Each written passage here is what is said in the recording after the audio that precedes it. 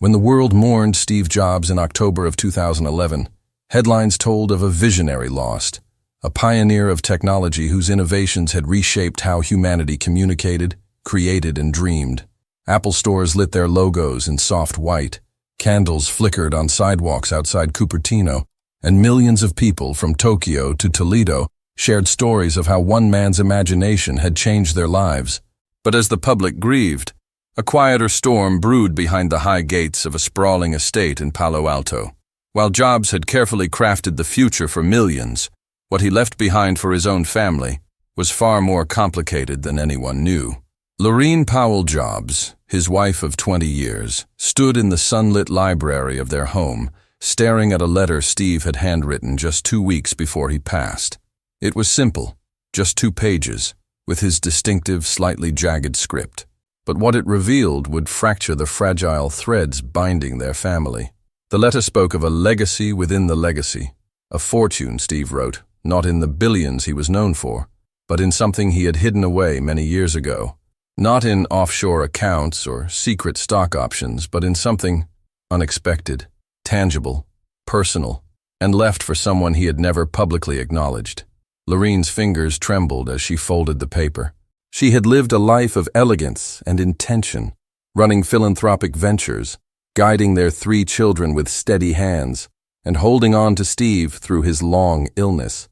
But this letter, felt like a stranger knocking at her door. She knew of Lisa, Steve's daughter from a previous relationship, whom he had at first denied, then later brought into his life with the awkwardness of a man unsure how to balance love and regret. Lisa Brennan Jobs had written a memoir, shared her truth, and moved on with grace. Their relationship had warmed in Steve's final years, though always shadowed by past wounds. But the name mentioned in the letter was not Lisa's. It was Daniel. Laureen sat down slowly, the letter clutched to her chest. Daniel Thomas. She had never heard the name before. Yet according to Steve's letter, Daniel was his son. Born in 1982, just a year after Lisa, to a woman Steve had met during one of his spiritual retreats to India. The mother was unnamed. Steve had supported them quietly through a private trust handled by an old friend. Daniel had been raised overseas, away from the public eye, away from Apple, from Silicon Valley, from everything. And now, Steve had left him something important. Laureen stared out the window, where the garden trembled in the afternoon breeze. She didn't cry. She rarely did, but something inside her chest ached, a mix of sorrow and confusion, and yes, something close to betrayal. She didn't know what Steve had left Daniel. She didn't know where Daniel was, but one thing was certain: the fragile peace within their family was about to be tested. 3 weeks later, a man arrived at San Francisco International Airport with a small backpack and a weathered journal tucked under his arm. Daniel Thomas didn't look like the son of a tech titan. His jeans were faded, his hair long and tied in a loose knot, and his sandals bore the dust of years spent in places most Silicon Valley billionaires would never set foot in. He had grown up in Kerala, in southern India, raised by a mother who never told him much about his father, only that he was American, brilliant, and chased light in machines. Daniel had always been drawn to poetry, to simplicity. He worked with his hands, teaching at a small school, living in a cottage near the backwaters. And then one day, a man appeared on his doorstep, an old friend of his mother's, with a letter and a ticket to California. The letter was from his father. It was the first time Daniel saw the name Steve Jobs in connection with his own life. And now, he was here. He didn't want anything. Not the money, not the fame. He came because his father had asked him to. In the letter, Steve had written, "There's something I created long ago, something only you will understand. It's not just for you, it's part of you." Daniel didn't know what it meant, but he felt something stir deep inside, the way he did when he used to build radios out of scraps or sketch ideas for small wind turbines to help villagers in India. He didn't call Laureen. He didn't go to Apple. He didn't even have a cell phone. Instead, he made his way to a small town north of San Francisco, Inverness. Steve had mentioned it in the letter. A cabin, a place of silence. Daniel found it with the help of a local ranger, hidden beneath redwoods, locked, but not forgotten. Inside, covered in dust and time, was a small wooden box with a faded Apple logo carved into the lid. No hinges, no locks, just a seal. Daniel opened it. Inside was a stack of notebooks, each filled with sketches and ideas, most dated between 1979 and 1983. But these weren't just technical schematics. They were visions of devices that had never been built, of questions written in calligraphy. What if the machine knew your soul? What if beauty came before function? And beneath it all, a simple instruction: build it only if it brings you peace. Daniel sat for hours, reading his father's mind through ink and paper. He wept, not for what he had lost, but for what had always been waiting. But peace would not come so easily, because when Lorene learned of the cabin and the notebooks and the presence of Daniel in California, a storm rose swiftly, not from malice, but from fear. Fear that everything Steve had built could now be questioned, that their children, Reed, Aaron, and Eve, would not understand, that Lisa would feel betrayed, that Apple itself might look different should the world learn of this hidden son and his mysterious inheritance. And so a lawyer was sent, quietly, respectfully. But Daniel, gentle though he was, did not like being told what he could not read or touch or claim. The feud had begun, not in rage, but in the quiet tension of family trying to make sense of legacy, love, and loss. The wind had picked up in Inverness, curling through the trees like a whisper from the past.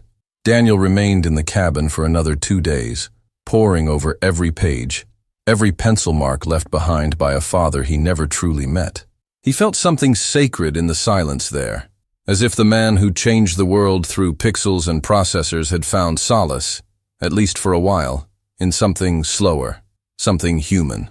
Back in Palo Alto, Lorene faced the storm with quiet determination. She had always been graceful under pressure, but this was different. It was personal. For all her strength, Lorene had never prepared for a second child, an unknown heir, emerging from the mist of Steve's secret past. She didn't see Daniel as a threat, not exactly, but she saw in him a question that had no easy answer. What really had Steve meant by leaving this fortune to Daniel? Because that's what it was, not just in sentiment, but in substance. As Lorene's legal team dug deeper, it became clear that the notebooks weren't merely sketches. They contained patent-worthy designs, never published, never shared. Entire concepts that could alter industries if pursued. Ideas for renewable energy, communication tools, even early concepts resembling wearable tech, years before such things hit the market. If released, they would rewrite part of Steve Jobs' legacy. They would give Daniel a platform, maybe even power. And that, more than money, was what shook the foundations of the family Steve had left behind. Lisa Brennan Jobs sat across from Lorene in the rose garden. She had been invited cautiously, because she too was part of this story. Steve's first child, long denied and later embraced, carried her own complicated truth. "You knew nothing about him?" Lisa asked gently, brushing a strand of hair from her face. "Nothing," Lorene replied, her voice steady. "Not even a whisper." Lisa sighed. "Then he must have meant for him to stay hidden. Why change that now?" Lorene looked away. "Because Daniel came. Because Steve left him something. And because I don't know what to do." Lisa studied her for a moment. "Maybe he came for peace, not for war." Lorene nodded slowly. "I hope you're right." Daniel returned to the city, reluctantly leaving the cabin behind. He checked into a modest inn in Sausalito, overlooking the bay. He still had no phone, no laptop, just the journal and a satchel of his father's notebooks. The contents were safe with him, for now. He hadn't asked for a lawyer, but one came anyway. A tall man in a charcoal suit introduced himself as Mr. Henley, representing the Jobs estate. He was polite, even deferential, but firm. "These notebooks," Mr. Henley said, "are part of an intellectual archive Mr. Jobs had not formally released. There are questions about ownership, legacy rights, and privacy." Daniel raised his eyebrows. "My father gave them to me, in his own hand. He didn't seem confused about it." Henley smiled softly. "That may be. But the world he left behind is very complicated." Daniel leaned back in his chair. "So was the one he gave me." The meeting ended in stalemate. But the message was clear. Daniel was being watched. Not with malice, perhaps, but with intense concern. A ripple had entered the carefully still pond of Steve Jobs' memory, and no one knew how wide it would spread. Reed Jobs, Steve's only son with Lorene, sat alone in the family's orchard. He was a quiet, thoughtful young man, studying medicine, driven more by healing than machines. But he too had questions. "Why didn't he tell us?" he asked one evening, his voice low. Lorene placed her hand on his. "I don't know, Reed. Maybe he thought it would hurt us, or maybe he just didn't know how to explain." Reed nodded slowly. "Do you think Daniel wants to be a part of us?" "I don't know that either," Lorene said. "But he is part of your father." That sentence hung in the air, too heavy to touch. Meanwhile, a journalist at The Atlantic caught wind of the whispers. A tech historian had seen Daniel in Inverness, and word had traveled quietly through the valley's grapevine. Rumors swirled of a hidden child, of a legacy treasure, of a conflict quietly unfolding among one of the world's most revered families. But Daniel, ever the outsider, kept to the shadows.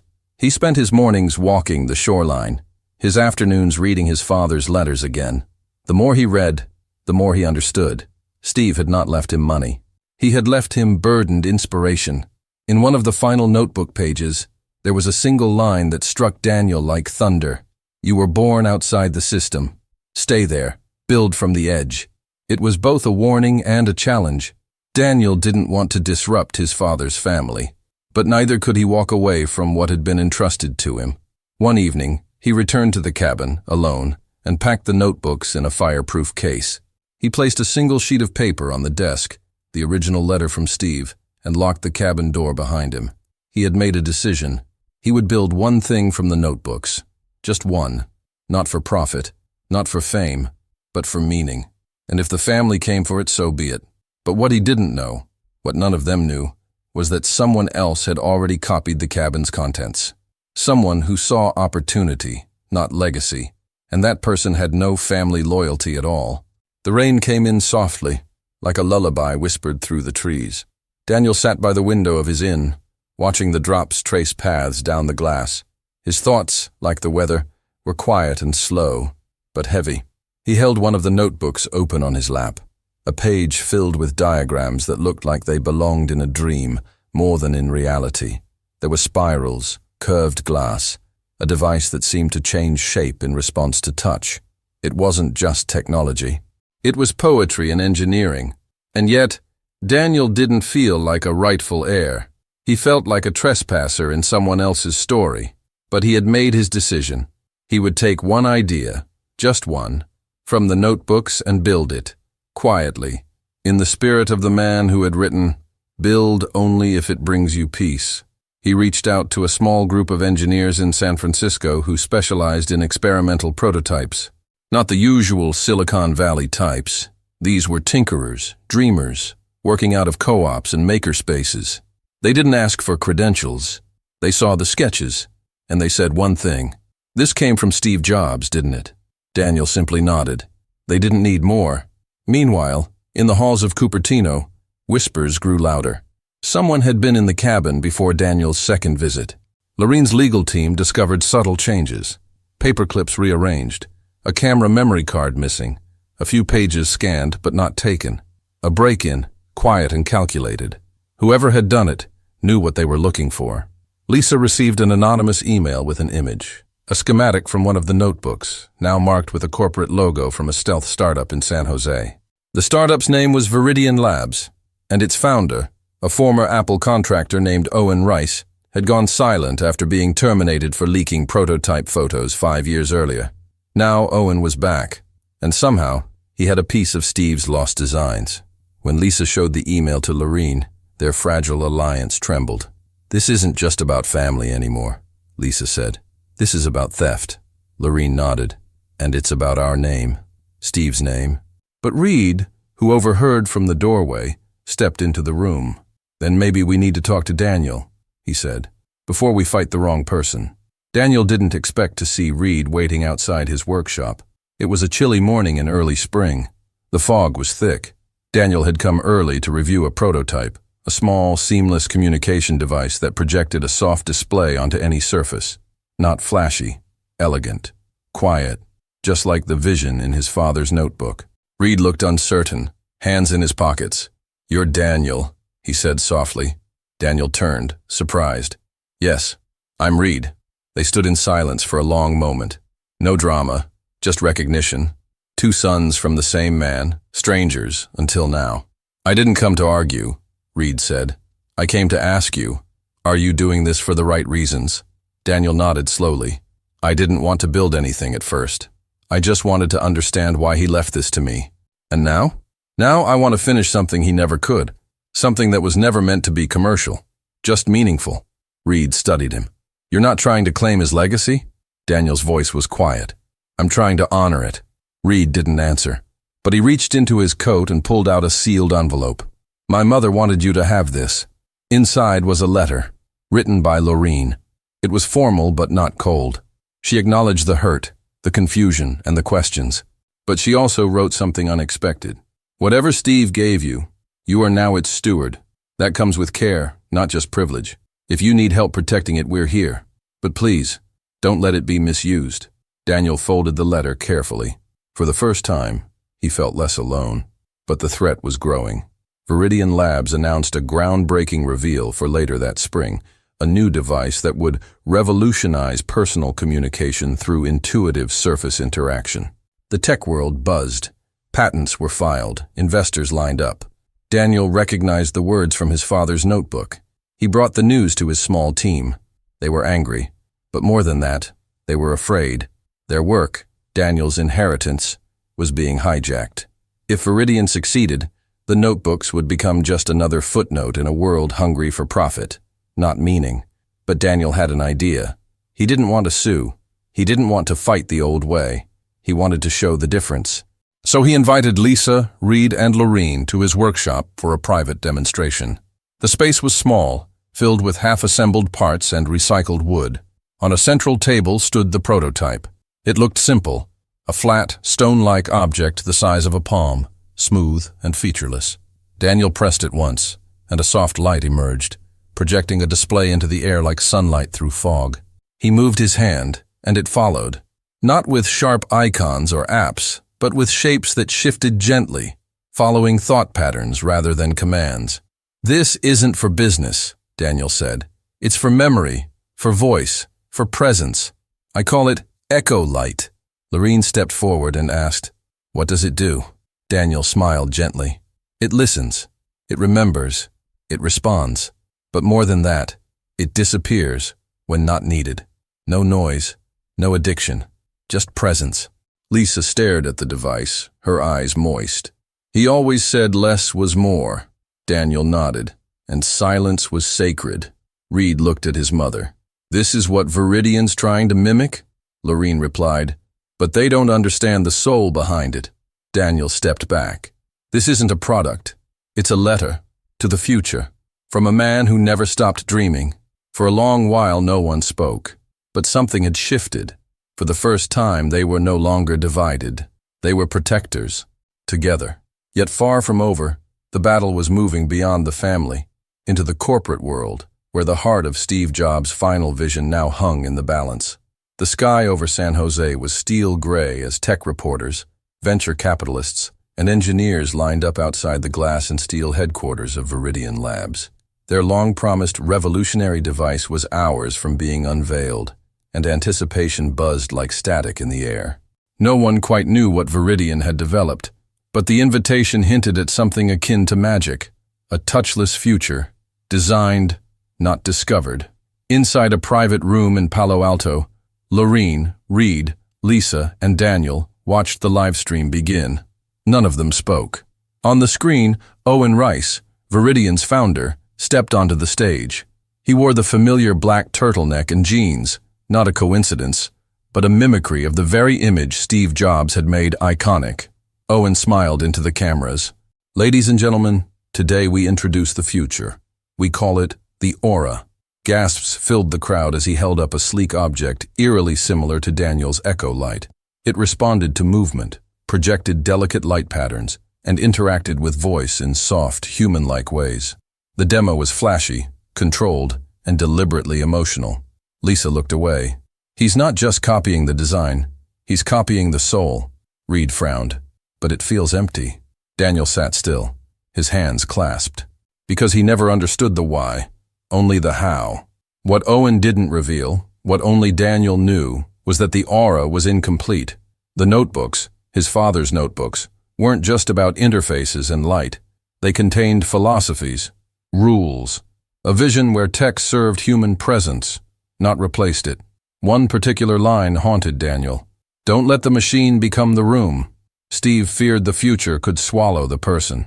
He had designed Echo Light to do the opposite, to disappear when not needed, to support, not command. Viridian's aura? It did the opposite. It listened too much, tracked too often. It was designed to gather data, not to respect space. And that, Daniel realized, was the crack in the armor. Lorene moved swiftly. She gathered her legal team, filed a temporary injunction, and submitted a sworn declaration from Daniel, including selected pages from Steve's original notebooks that clearly predated Viridian's designs. The case landed before a federal judge within days. Viridian scrambled to defend itself, claiming parallel development and inspiration, not imitation. But privately they knew. The leak had come from their own back door, a hired freelancer who had broken into the Inverness cabin weeks before Daniel had arrived. Daniel, for his part, declined to press criminal charges. "Let them keep their machine," he said softly. "We'll keep the meaning." But Lorene wasn't finished. "Then we'll show the world what the real invention was," she said. And so, in a moment few could have predicted, the Jobs family, fragmented, scarred, but now strangely unified, held a press conference of their own. Not at Apple Park, not on a stage, but in the very cabin in Inverness, beneath redwood trees and dappled light. A single camera, one mic, no press kits, just a quiet space, and 4 people who had once felt like strangers. Lisa spoke first. She spoke of her father's contradictions, his brilliance and his blindness. She read from his journal, from a poem he had written in the early 1980s. "The machine is not the dream. The dream is what we are without it." Then Reed, humble and soft-spoken, spoke of medicine, of human connection, of what it meant to be present in a distracted age. Lorene followed, standing tall. She didn't speak as a CEO's widow. She spoke as a mother, a thinker, a woman who had loved a complicated man deeply. "Steve never wanted perfection," she said. "He wanted intention." These designs were his confession, not his conquest. Finally, Daniel stepped forward, holding the Echo Light in his palm. He didn't give a speech. He simply said, "He gave this to me because I had no reason to exploit it. I only had reason to understand it. So I built it. And now I offer it, not for sale, but for sharing." And with that, he published the designs. Open source, every page, every concept, free to the world. But with one request: build it only if it brings you peace. The impact was quiet at first, but profound. Tinkerers, designers, artists, and even some rival engineers began replicating the Echo Light, not as a product, but as a personal companion, a tool for writers, a memory keeper for the elderly, a storytelling device for the blind. It didn't track. It didn't sell ads. It simply listened when invited, responded when needed, and disappeared when done. It became a symbol, not of Steve Jobs, the tech icon, but Steve Jobs, the father, the philosopher, the human being who, in his final days, tried to make amends the only way he knew how, by leaving behind something quiet. Viridian collapsed within 6 months. The aura never made it past pre-orders. Their investors walked. The public trust vanished, because something had changed. The world, for once, had chosen meaning over marketing. And the family, well, they didn't become best friends overnight. They didn't erase the scars. But they visited the cabin together once a year, under the trees. They added a small plaque to the wall, not with Steve's name, but with his words. "Beauty begins when the machine steps aside." Daniel stayed in California. He never became a CEO. He taught workshops at a community school in Marin. And sometimes, when the evening was quiet, and the fog rolled in over the hills, he would take out the last notebook his father had written, blank pages, left for him, and he would begin again. Years passed, and the world continued spinning in its tireless rhythm of innovation and change. Technology marched forward. Devices grew thinner, faster, more connected. But quietly, in homes and libraries, in care centers and schools, a modest object remained: the Echo Light. It became a kind of legend, not mass-produced, not advertised, but passed from hand to hand like a candle in the dark. People who used it didn't brag. They whispered. They shared. It didn't buzz, ping, or distract. It waited, gently, for presence. For Daniel Thomas, the son few had known about, that was the legacy he had been entrusted to carry. Not the weight of empire, but the light of intention. He never claimed the job's name, not in any legal sense. He simply lived with it like a quiet shadow. At the school where he taught, the children called him Mr. D. He taught design, but not like most did. He taught restraint. He taught silence. He showed students how to ask the right questions, not just build clever answers. And sometimes, he would bring out the original notebooks, only for those who had earned trust. He never locked them away again, but he didn't flaunt them either. They lived in a glass case in the back of the school's little workshop, each page slowly turning with time, preserved not as relics of glory, but as sketches of humility. Lisa Brennan Jobs visited the cabin alone one day in early autumn.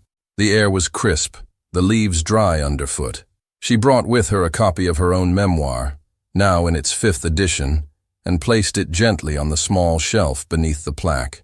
She sat on the old wooden bench and whispered into the quiet, "Thank you, Dad, for trying." Lisa had spent much of her life reconciling with the man who once denied her. But as she aged, she came to understand something that softened her. Steve hadn't always known how to love, but he had never stopped wanting to. She and Daniel grew closer, not siblings in the traditional sense, but kindred witnesses to a man of contradictions. They often exchanged letters, slow and thoughtful, never hurried. And once a year they'd meet in Inverness to sit and say nothing, just watching the wind move through the redwoods. Reed became a doctor. He worked in oncology, the very field that had failed to save his father.